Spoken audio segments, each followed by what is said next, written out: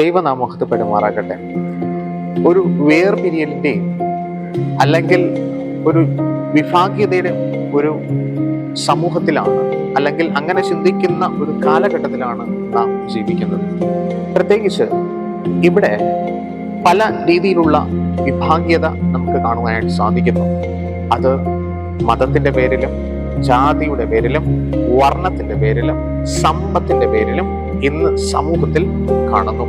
പ്രത്യേകിച്ച് ഈ വിഭാഗീയത പലപ്പോഴും പലരുടെയും ജീവിതത്തിൽ പ്രതികൂലമായിട്ട് ബാധിക്കുന്ന, അല്ലെങ്കിൽ ജീവിതം മാത്രമല്ല സമൂഹത്തിനും സഭയ്ക്കും പ്രതികൂലമായിട്ട് ബാധിക്കുന്ന ഒരു സാഹചര്യമാണ്. ഇവിടെ അപ്പോസ്തല പ്രവൃത്തികൾ 4-ാം അധ്യായം അതിന്റെ 32-ാമത്തെ ഭാഗം നമ്മെ പഠിപ്പിക്കുന്ന ഒരു കാര്യമുണ്ട്. വിശ്വസിച്ചവരുടെ കൂട്ടം ഏക ഹൃദയവും ഏക മനസ്സുള്ളവരായിരുന്നു, തനിക്കുള്ളതൊന്നും സ്വന്തം എന്ന് ആരും പറഞ്ഞില്ല. ആദിമ സഭ ഏറ്റവും ശ്രേഷ്ഠകരമായിട്ട് നിലനിന്നിരുന്ന ഒരു സഭ എന്ന് ഈ വാക്യത്തിലൂടെ പഠിക്കുമ്പോൾ കാണുവാനായിട്ട് സാധിക്കുന്നു.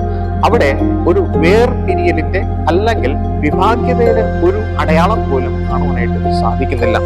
ഇവിടെ അവർ ഏക ഹൃദയമുള്ളവരും അതുപോലെ തന്നെ തനിക്കുള്ളതൊന്നും സ്വന്തമെന്നും ആരും പറഞ്ഞില്ല.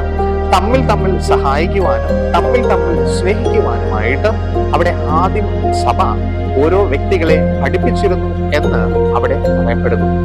നാം ചിന്തിക്കുക, കർത്താവ് പറയുകയാണ്, ഞാൻ നിങ്ങളെ സ്നേഹിച്ചതുപോലെ നിങ്ങളും തമ്മിൽ സ്നേഹിക്കണം.